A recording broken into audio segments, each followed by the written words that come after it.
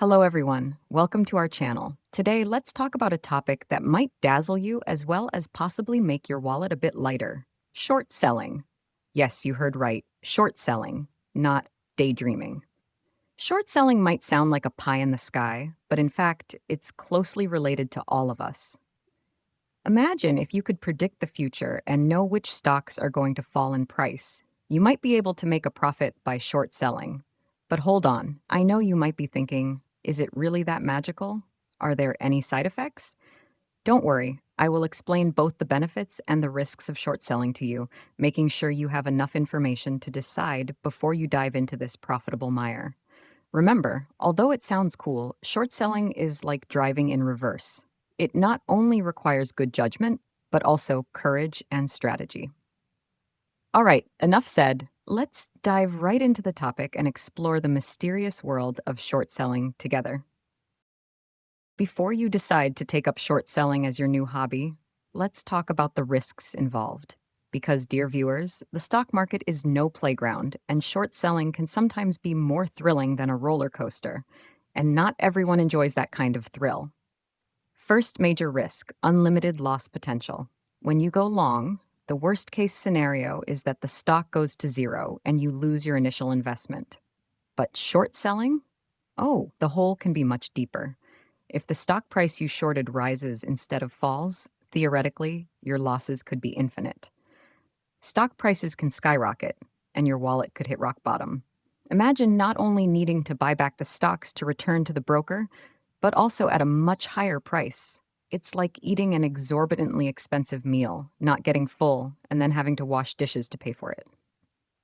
Second major risk, margin calls.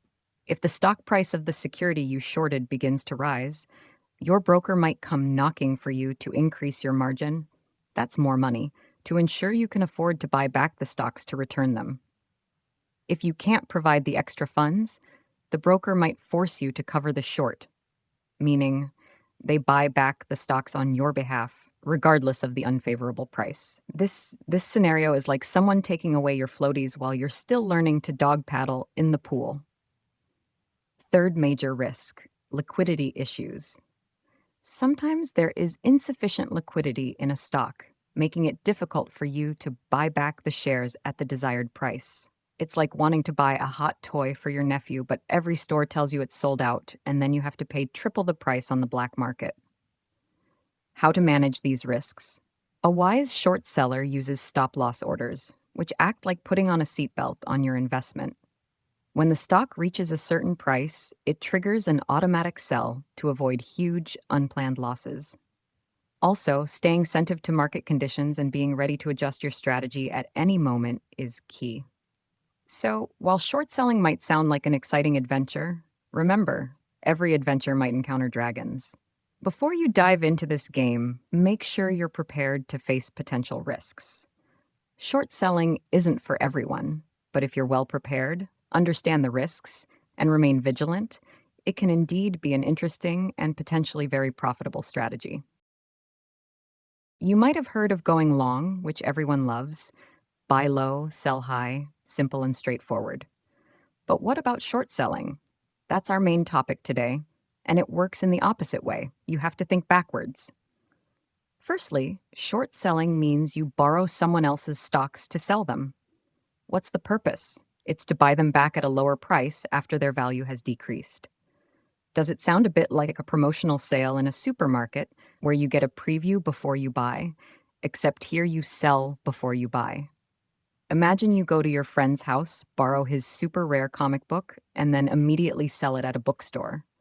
A week later, the bookstore has a sale and you buy the same comic book back at a lower price, then return it to your friend.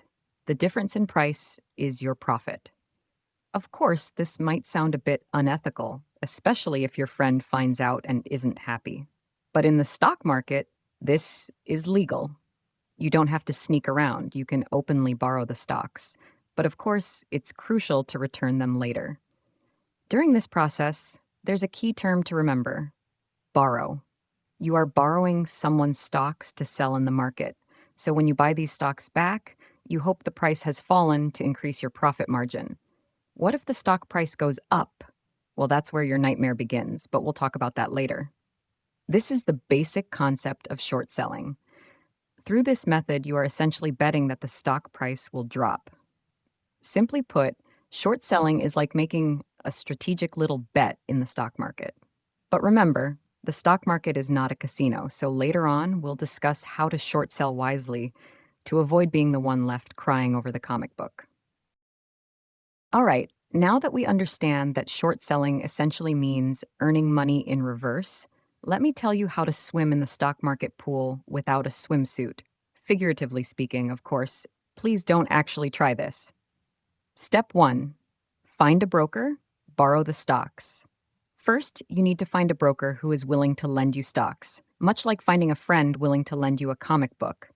Unlike with a friend, however, brokers charge a fee for this service. This type of lending relationship is common in the stock market, and you simply say, "Hey, I'd like to borrow some stocks to sell." Brokers are usually happy to oblige because they can earn interest from it. Step 2.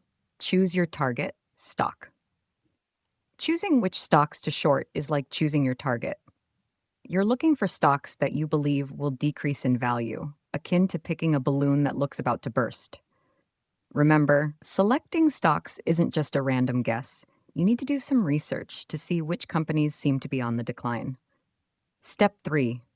Execute the trade. Once you've borrowed the stocks, you can sell them in the market. You need to act quickly, like selling the comic book before your friend notices it's missing. After selling the stocks, just wait for their price to drop. Step 4. Close the loop by buying back the stocks. If everything goes as planned and the stock prices fall to your anticipated low point, you can buy back an equal number of stocks and return them to the broker. This is like buying the comic book back at a lower price and returning it to your friend who might not even notice it was gone. Step 5. Profit from the difference. Complete the short.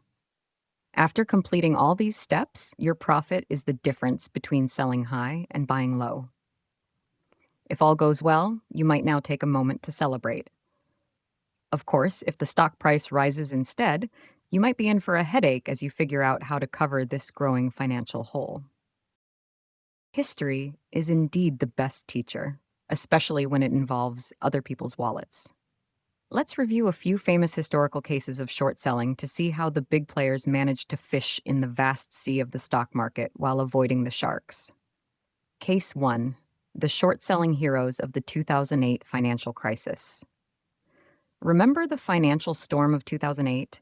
While many suffered heavy losses during this crisis, others saw an opportunity.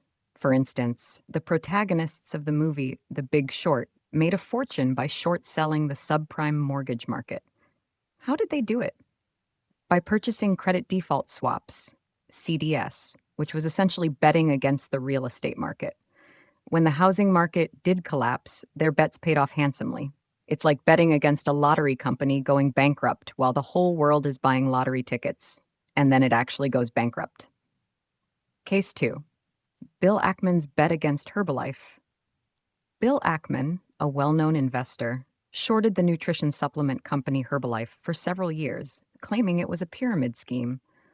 Although he ultimately lost hundreds of millions of dollars in this gamble, his short selling drew widespread attention and raised serious questions about Herbalife's business model.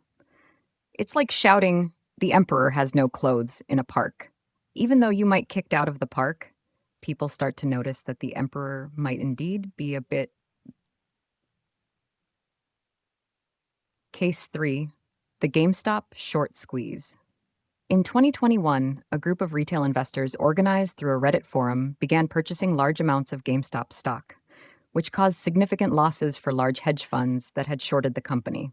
They were forced to buy back the stocks at very high prices to cover their short positions. This event not only changed the fate of many hedge funds, but also demonstrated the rising power of collective action in the age of social media.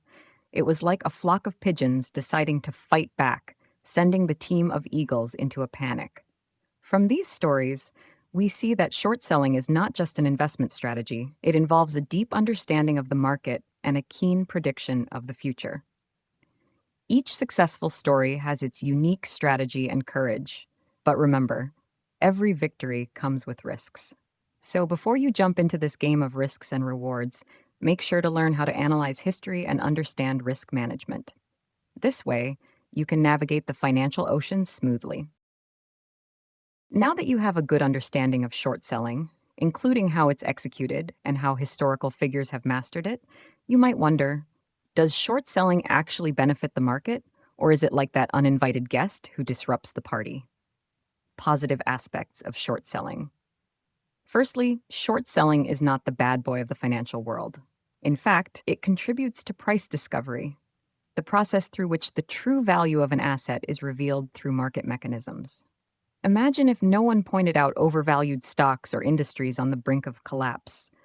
The market would be like a city without police, letting criminals, in this case, overinflated stock prices, run rampant.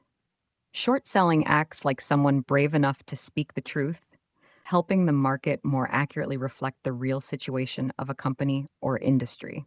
Hedging function of short selling. Short selling also serves as a hedging tool, helping investors manage risk. When you anticipate a market downturn, by shorting certain stocks, you can offset losses in other parts of your investment portfolio. It's like having a backup goalkeeper ready to step in and protect the score, even if your star forward is injured. Potential negative impacts of short selling. However, short selling isn't always heroic. In some cases, excessive shorting can lead to market turbulence, especially when many investors target the same stock, potentially causing what's known as a short squeeze, which leads to abnormal price volatility. This is akin to everyone deciding to dump the same toy on the same day, resulting in chaos in the toy market. Ethical and fairness concerns. There are also ethical and fairness concerns. Some might question whether it's moral to profit from anticipating others' failures.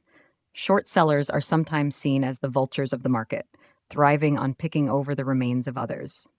But remember, short selling requires intelligence and courage, and without those willing to challenge the market's irrational optimism, real issues might never come to light.